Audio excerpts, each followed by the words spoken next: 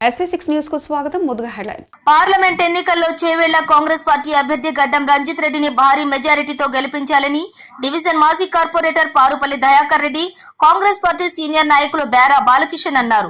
Saroor Nagar division Congress party అధ్యక్షులు శంకర్ యాదవ్ ఆధ్వర్యంలో Chevella parliament Congress party అభ్యర్థి గడ్డం రంజిత్ రెడ్డికి మద్దతుగా కాంగ్రెస్ నేతలు విస్తృతంగా ఇంటింటి ప్రచారం నిర్వహించారు.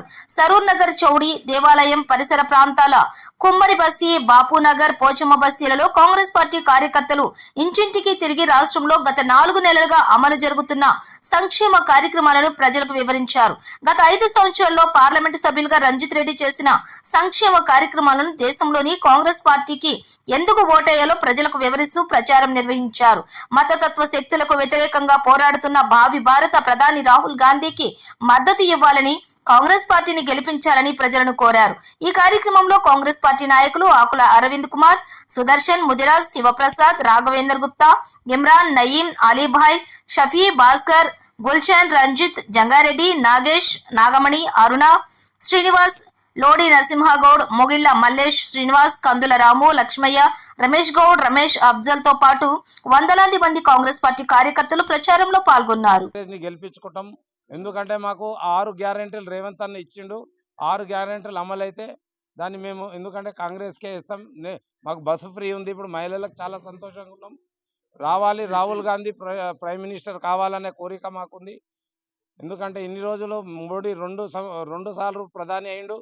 ఈ 10 ఏళ్లలో ఎవరికి జాబులు ఇచ్చిన దాఖలు లేవు.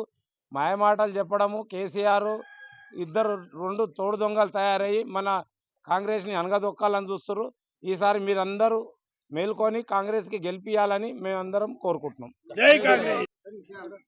చేవెళ్ల పార్లమెంట్ నియోజకవర్గం మహేశ్వరం కాన్స్టిట్యూషన్లో సరూర్ డివిజన్లో గత 4 రోజులుగా గడప గడపకు ప్రచారం చేస్తున్నాం. కాంగ్రెస్ అభ్యర్థి రంజిత్ రెడ్డి గారిని అత్యధిక మెజార్టీతో గెలిపాలని. ఎందుకంటే ఈరోజు రాష్ట్ర ప్రభుత్వం కాంగ్రెస్ ఉంది కాబట్టి ఎంపీ గారు కూడా కాంగ్రెస్ నుంచి ఉంటే వారికి వచ్చే సంవత్సరానికి 5 కోట్ల రూపాయల నిధులు ఏదో ఉన్నాయో మొత్తం ఆ నిధులతో మొత్తం మనము డివిజన్ కానీ మన నియోజకవర్గాన్ని కానీ అభివృద్ధి చేసుకోవచ్చు.